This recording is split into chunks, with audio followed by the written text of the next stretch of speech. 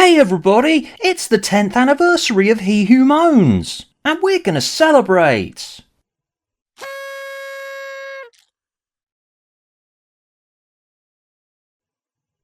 That's it, that's all you're getting. I didn't even buy a party horn and record that myself, I downloaded it off Freesound. Anyway, that's all you're getting. Bye!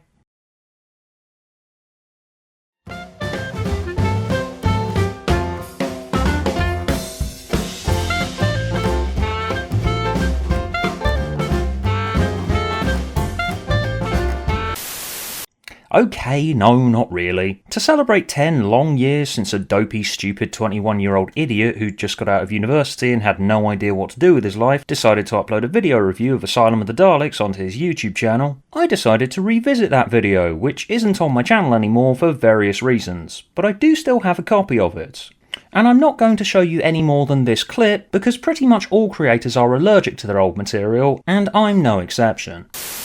Asylum of the Daleks isn't the worst episode of Doctor Who that Stephen Moffat's written, since no one's chucked this one into a fire yet, but it's still not that good, really. Oh, God. Anyway, so yeah, I didn't do a very good job of explaining my opinion back then, so to celebrate 10 years since the episode that brought me to WhoTube in the first place, I decided to rewatch Asylum of the Daleks with long-time friends of the channel and former FiveWhoFans members John Cranston, Billy Tracy and Richard B. Brooks, to figure out why it caused such a violently negative reaction that made me start He Who Moans, because while I remembered thinking it was shit, I couldn't quite remember why. Do you remember much about it? There was a big Dalek, and the Daleks are all dusty, and Amy couldn't have children. I just want to say now, like, Clara does get a lot of hate because she might have like outstayed her welcome and like she wasn't written the best. Is there a point there? Nope. That's it. Okay, thanks. It's a good observation. Yeah. Thanks, Billy. Even while watching it, I just felt Asylum of the Daleks sliding off of my brain, and figuring out why was pretty easy, because although it presents itself like a mystery, the episode pretty much lays everything out for you right at the start. So the Daleks have summoned the Doctor to find the source of this mysterious signal coming out of the Dalek Asylum planet, where they've locked up their old outdated models. Okay, that could be a good pitch. The intrigue is, ooh, what is this signal? But they tell you what the signal is right up front. It's this lady, Oswin Osgood. So you're basically just waiting for the Doctor and co to arrive at the conclusion that we know we're going to reach. It's not really a process of unravelling a mystery before hitting you with the reversal that, spoiler, she's actually a Dalek. The Doctor and co start the story at A, the story tells us that they need to get to B immediately, we watch them get to B, and when they get there it reveals that B is actually C. It's like what we've just been watching for the last 10 minutes or so is just a bunch of people stood in a room talking about what they're about to do. Find the source of the music, which is what we've just been shown. We've just been shown what the source of the music is. It's this woman who's trapped on this planet. That's a good point. They've figured it out now. Yeah, they figured it out, so what am I supposed to be watching? There'll be classic Daleks. So that'll be something. That's it. The Doctor's like, I'm going to see some fan service. Asylum of the Daleks basically exists for the sake of the twist reveal that Oswin was never human in the first place, but you're never given any impetus to wonder if that was even a question to begin with, and so my intrigue is basically at 0 going in. Now, all that being said, that's still not this episode's biggest problem, because that premise does at least allow for a pretty interesting visual journey. These scenes of Rory trying to find a way out of this room full of damaged, broken, insane Daleks are just gold dust. He's landed in the Doctor Who experience. Oh no. Ooh. Rory, stop running in slow motion. That's not how you get there quickly. It's a good thing the floor is covered in Vaseline. Really, if this episode was more than just a collection of ideas stitched to its fantastic premise, then it could have been an all-time classic. The Doctor and friends are trapped on this prison planet full of mad Daleks. Fantastic pitch. And essentially that's all you need to make a brilliant episode of Doctor Who. It's all the extra bits that have been bolted onto it that don't work at all. Such as... oh god, the divorce. Yeah. Hate. Love. Oh my god, this. Why are they using a hairdryer? Wouldn't they use, like, an actual fan? This is kind of what Karen Gillan is now. She's too famous for Doctor Who. And she's divorcing Arthur Darvill as well. So, this could have been a really simple pulpy little adventure of the Doctor and friends journeying through a warehouse of mad Daleks, and it would have worked 100% as a classic Doctor Who serial, but the show's realignment with the cultural zeitgeist when it got rebooted that demands a more down-to-earth, realistic human focus, a relationship drama has been bolted onto it. So Amy and Rory are getting divorced. But the problem is, they've already decided to get divorced by the time the episode has started, and the audience doesn't know why yet, so we need to have a scene of them explaining that. But the problem is, why do they need to explain that to each other? Oh yeah, I remember this scene. God, I remember this scene. The scene which should have happened before they had a divorce. Yes. Kids, you have always wanted kids, and I can't have them. I know. Whatever you did to me at Demon's Run, I can't ever give you children. This is two characters talking about stuff that they already know. Well, it does really make it out to be like one day Rory just came in and went, "So are we going to have kids?" And Amy was like, "No," or just was like, "I'm not answering." And so he was like, "That's it. I quit. I'm out of this marriage." And then they never talked about it until now. So, telling a story of a divorce as a subplot in a 45-minute episode of a sci-fi show is a bad idea. We'll take that as a given. The point where it gets worse is when it comes in the form of scenes that essentially stop the episode so the characters can talk about their feelings. The feelings should be in there, yes, as stories should be built on emotion. The point where it becomes grating is when the feelings and the story are rigidly separated, instead of neatly blended together, so you don't notice the jarring shifts between a plot scene and a feelings scene. Oh yeah, this is a stop the episode to talk about relationship issues. I always blame that on Chris, but this episode does it as well. Here's another feelings talk. Apparently he's got to fix their marriage or something. Don't all of the feelings talks happen in this room? Is this the feelings room? Yeah, I think they do, yeah. It's also the feelings room in the next episode, I think. They just reused this set. So like, this is the feelings room, and there's also going to be the action room. Sometimes the feelings room will double as the action room.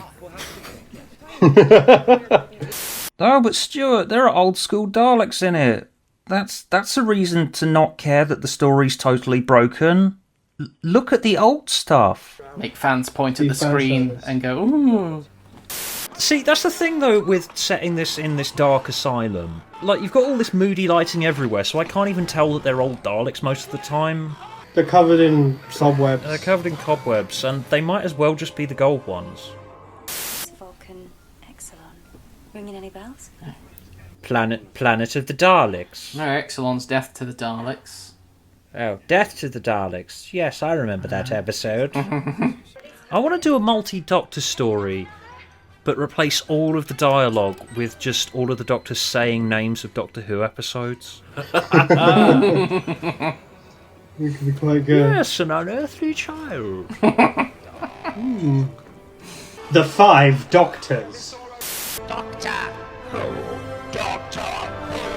They said Doctor Who! They said Doctor Who! That's the name of the show! Is it? Yeah, the television programme is called Doctor Who. Okay, you're safe for now. Pop your shirt off quick as you like.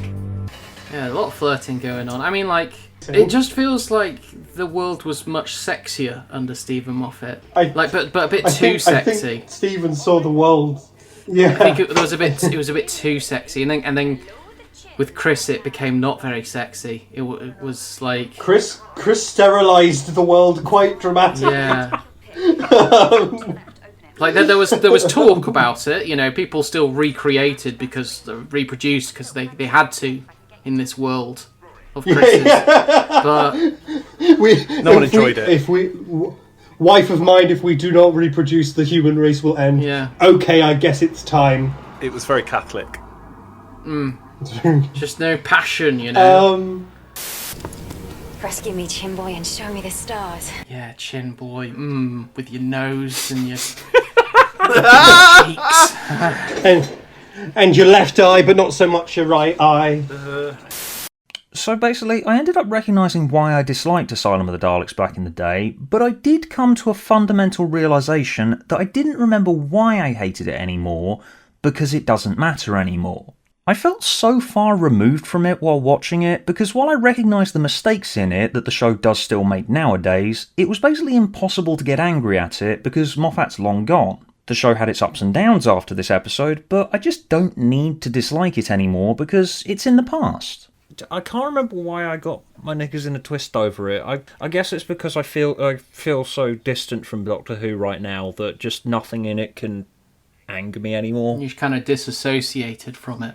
Yeah. It feels inoffensive and a bit fun and a bit loud and bonkers and bombastic.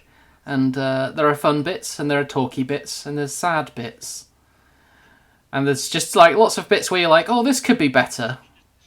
I think you've just described all of entertainment. I was going to say, you've kind of narrowed down television No, there. I didn't talk about the world bits. This does show how I've come full circle over the last 10 years since I first uploaded that video of me talking about Asylum of the Daleks and acting as if it was the worst thing in the fucking world. To this point now where I've just watched that and I just thought, okay, it's been very poorly thought through. I can see some potential there, but now it's just going to slide off of my brain and I'm never going to think about it again. Yeah, I think that all the issues are still there. They just don't matter because it's not now. I think there's an element of that, like... Yeah, that's what it's always been like with Doctor Who. Yeah. Though. The issues have always been there, but they don't matter because they're not what the show's doing now. And there's an element of like, you know, Peter Capaldi's era. Like I remember us being furious about that, and like people were saying like when you look back on it, you will see what's good about it because you know you've been kind of corrupted by all of the drama surrounding it. But I still think that we'll look back on all these other episodes that we didn't take to originally and still find the faults, and it won't be that we'll necessarily enjoy them more, but we'll dislike them less. You know, if you'd asked a fan in 2003 what they thought of the TV movie, chances are they'd probably been much less positive to it but now we've moved on and there's the new stuff and everything. And the new stuff is just worse. The new stuff is always worse. So it's like I can envision a time when I will think that Chris Chibnall is just an ordinary man, not a genocidal dictator. destroying this show. So yeah, it's just inoffensive looking back. Do you want me to... Shall I just ring Will now and Mr. TARDIS now and let him know that it's just fine? Will, you can take down your review video. It's fine. It's okay. It's fine. Just stop. We've watched it and it's fine. Honestly, it's fine. We've all agreed. Don't check. It was very cathartic watching Asylum of the Daleks again. I feel like I've left a twisted, gnarled bit of my brain behind where I can accept that a show I loved has its moments where it's just not very good, but that's okay. Anyway, while I've got you here, advertising time. You cannot click away from this tab. There is no escape. I'm currently holding a crowdfunder for my next short film. It's called Got Your Nose, and it's about a kid whose uncle played Got Your Nose with him when he was very young, and now he's grown up with a psychosomatic disorder where he genuinely believes he has no nose. It sounds like a joke and it's a silly idea, but I decided it would be fun to play it as a serious drama. You can pledge now and get access to a ton of perks to help bring this project to life. Link in the description. Happy birthday to Stu's channel. Oh, happy birthday, Stu's channel. Happy birthday to Mr. Grumpy Doctor Who. What was it called? Cynical Who. No. Grumpyman. It's He Who Complains. He Who Complains. Yes, that is who I am. Anyway, thank you for joining me, John, Billy, and Richard. Say your names now, like Pokemon. Richard! Billy? I'm Richard, and I'm saying bye. John, can I just say that was such a good Richard impression? Thank you. I honestly thought it was him. Thank you for watching, everybody. Please turn your computer off now. Hey! Turn it off! Save the planet! The planet's burning! It's so hot.